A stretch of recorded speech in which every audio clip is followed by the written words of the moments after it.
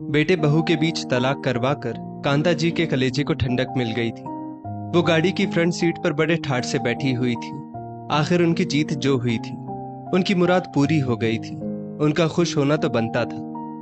अरे अंजू, अपने भाई अनिल को जल्दी गाड़ी में बैठने को कहो। अरे उदास होने की क्या जरूरत है, ये तो खुश होने वाली बात है। ऐसी झगड़ालू पत्नी से पीछा छूटा। यूं टुकुर टुकुर अपनी पत्नी और बेटी को जाते हुए क्या देख रहा है। अरे उस चेतना को तो रत्ती भर दुख नहीं हुआ होगा इस रिश्ते के टूटने पर ये हमारा बेटा देवदास बना खड़ा है। बैठाओ जल्दी से गाड़ी में, कांता जी ने जोर से कहा। अनिल माँ की आज्ञा का पालन करते हुए चुपचाप बैठ गया। चेतना भी अपनी बेटी का हाथ थामे अपने रास्ते पर आगे बढ़ गई। उन्हें जाता देख अनिल मुस्कुराया। हम उस घड़ी को कोस रहे हैं जब वो चेतना बहू बनकर हमारे घर आई थी। जीना हराम कर रखा था हमारा, जिंदगी बर्बाद कर दी हमारे बेटे की। पर कोई बात नहीं, अब सब ठीक है। दोनों के डिवोर्स पेपर पर दस्तखत से इस रिश्ते पर विराम लग ही गया। बेटा तू उदास ना हो, जल्दी तेरा दूसरा ब्याह करा देंगे, कांता जी ने अनिल से कहा। अरे जमुना, आज देसी घी में हलवा बनाओ, खाने का बहुत मन कर रहा है। कांता जी घर पहुंचते ही खाना बनाने वाली जमुना से बोली, माँ मैं कमरे में हूँ, थोड़ा आराम करना चाहता हूँ, कुछ काम हो तो बुला लेना। अनिल ने माँ कांता जी से कहा। इधर कांता जी और उनके बेटी दामाद देसी घी से बने हलवे का स्वाद ले रहे थे और उधर अनिल अपनी पत्नी और बेटी की तस्वीर अपनी आंखों में कैद किए बैठा था और सारा अतीत उसकी आंखों के सामने था। अरे कांता, अपने अनिल के लिए मेरी नन्नत की बेटी का रिश्ता आया है। अच्छी पढ़ी लिखी सुंदर गुणी लड़की है। कांता जी की बहन सुरेखा ने अनिल के लिए रिश्ता सुझाया। नहीं, वहां रिश्ता नहीं करना मुझे मेरे अनिल का। बड़ी तेज है तेरी नन्नत की बेटी, गिटर पिटर अंग्रेजी में बात करती है, हॉस्टल में पली बढ़ी है। मुझे तो पूरी तरह से घरेलू लड़की ही चाहिए मेरे अनिल के लिए। देखने में साधारण शक्ल सूरत की, गरीब घर की भी चलेगी लड़की, ताकि पूरी तरह से कंट्रोल में रहे, जिस तरह मेरा बेटा मेरे कंट्रोल में है। नहीं तो आजकल के लड़के तो पत्नी के आने पर माँ बाप को पूछते तक नहीं है। कांता जी ने अपनी बहन से कहा। अच्छा, तो तुझे बहू नहीं खूंटे से बंधी गाय चाहिए जो अपनी जबान तक ना खोले। तो फिर मेरी नजर में एक लड़की है, अपनी ही बिरादरी की है, साधारण परिवार से है, पिता ऑफिस में क्लर्क है, 4 बहनें हैं। बड़ी बेटी चेतना ने अभी अभी कॉलेज पूरा किया है, अच्छे स्वभाव की है, तुम जैसी चाहती हो वैसी ही है, सुरेखा ने कहा। अच्छा, तो फिर ठीक है, बात आगे बढ़ाओ। लड़की वालों से कह देना हम अगले हफ्ते लड़की देखने आ रहे हैं। कांता जी अपनी बहन से अपने एक लौते बेटे अनिल की शादी की चर्चा फोन पर कर रही थी। कांता जी का एक बेटा और बेटी है। बेटी अंजू की शादी 5 साल पहले उसी शहर में हो चुकी है। अनिल एक प्राइवेट कंपनी में अच्छी जॉब पर है। कांता जी के पति काफी पहले स्वर्ग सिधार गए थे। तब अनिल और अंजू बहुत ही छोटे थे। अपने ससुराल वालों के ताने सुनते सुनते, मेहनत मजदूरी करते हुए कांता जी ने अपने बच्चों की परवरिश की, उन्हें बहुत प्यार और सुविधा दी, समाज में उठने बैठने लायक बनाया। अनिल माँ के संघर्ष को भली भांति समझता था।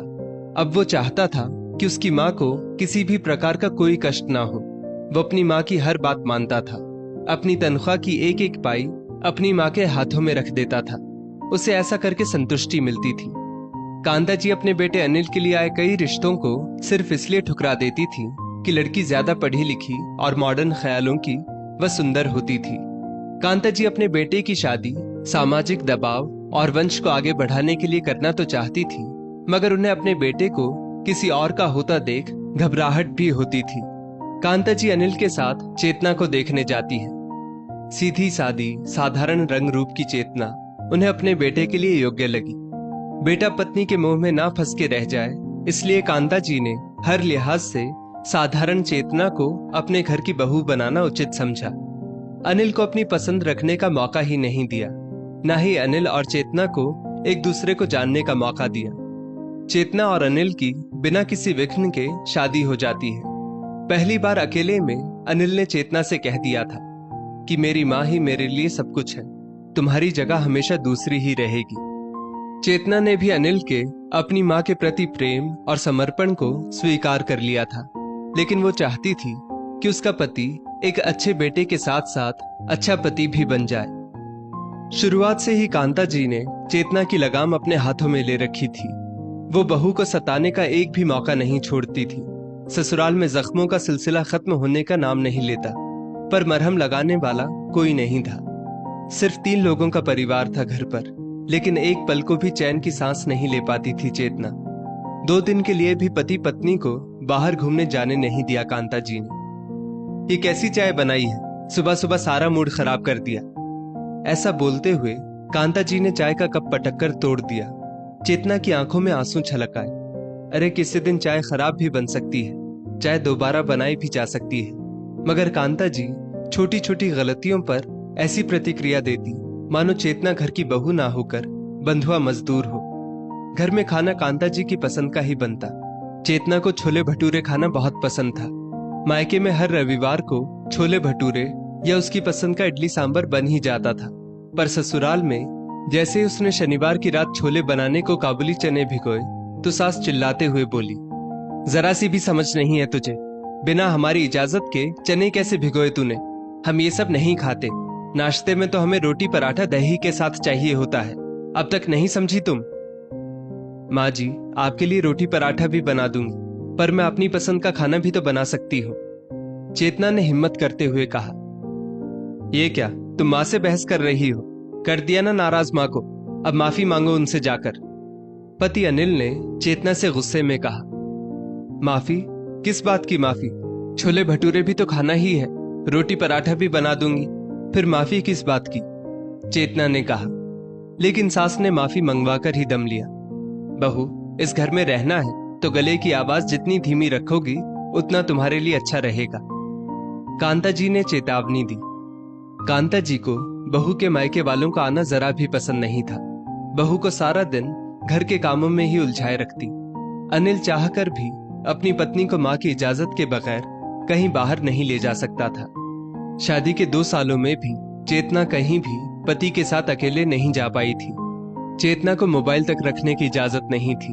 जरूरत पड़ने पर पति के मोबाइल या घर के लैंडलाइन फोन का इस्तेमाल करती थी। घर से बाहर इधर उधर किसी के घर जाने की इजाजत भी नहीं थी। एक रोज चेतना जब खाना बना रही थी, लैंडलाइन पर फोन आता है। हेलो, कांता जी ने फोन उठाते हुए कहा। नमस्कार समधन जी। सीढ़ियों से पैर फिसलने पर चेतना की माँ को महीने भर का प्लास्टर आ गया है। चलने फिरने काम करने में असमर्थ है। चेतना के बाद की दोनों बहनों की फाइनल परीक्षा चल रही है। सबसे छोटी बेटी को तेज बुखार है। आप हफ्ते 10 दिन के लिए चेतना को मायके भेज दें तो आपकी बड़ी मेहरबानी हो जाएगी। चेतना के पिता ने कांता जी से गुजारिश की। यहाँ हमारी भी तबीयत सही नहीं है, बहू के जाने के बाद घर कौन संभालेगा? आप अपना देख लीजिए, बहू नहीं आ पाएगी। कांता जी ने 2 टूक जवाब सुना दिया। चेतना के पिता ने अपने दामाद अनिल को फोन लगाकर अपनी समस्या बताई। अनिल ने कहा, मुझे कोई समस्या नहीं है चेतना के जाने पर, बस माँ इजाजत दे दे। चेतना को जब इस बारे में पता लगा तो उसने किसी की मंजूरी की प्रतीक्षा किए बगैर अपना बैग पैक किया और कांता जी से कहा, माँ जी, मैं अपने मायके जा रही हूँ। इस वक्त मेरे मायके में मेरी जरूरत है। वैसे भी अनिल जी तो यहाँ आपके पास हैं ही, और अंजू दीदी भी हर शनिवार रविवार तो यहीं रहती है। 2-4 दिन और ज्यादा रुक जाएंगी आपके पास। मेरे मायके में स्थिति संभलते ही मैं वापस आ जाऊंगी। चेतना ने आत्मविश्वास के साथ कहा, अपने पति को सूचना दी और मायके चली गई। कांता जी बौखला गई। उन्हें उम्मीद नहीं थी कि चेतना ऐसा साहसिक कदम लेगी। चेतना के जाते ही कांता जी ने अनिल को उसके खिलाफ बहुत भड़काया।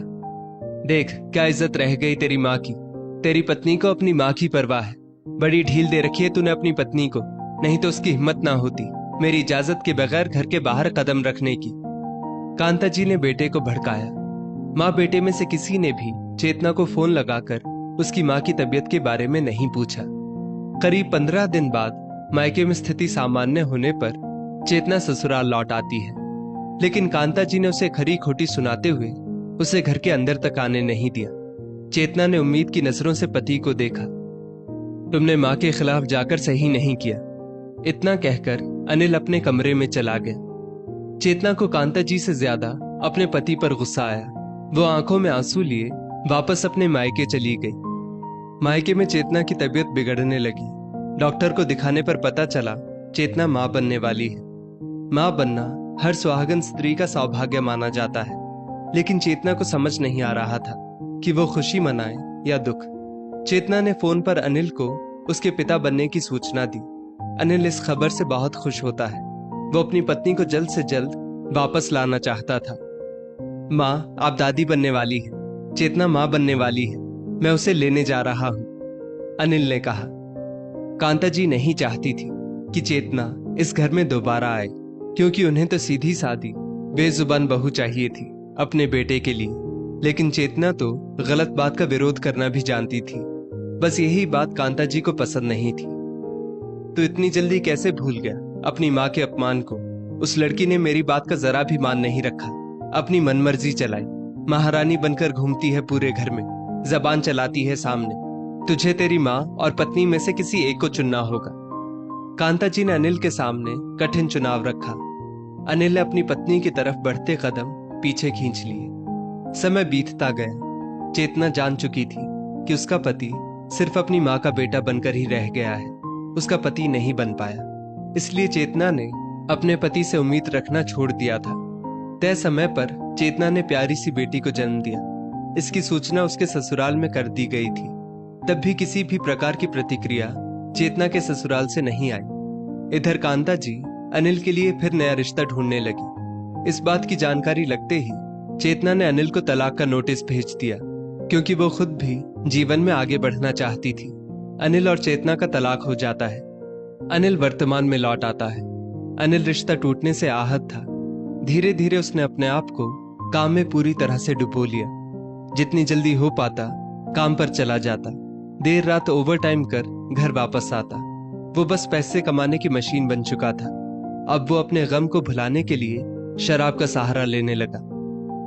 बेटा, अब तेरा तलाक हो चुका है, भूल जा उसे, जीवन में आगे बढ़।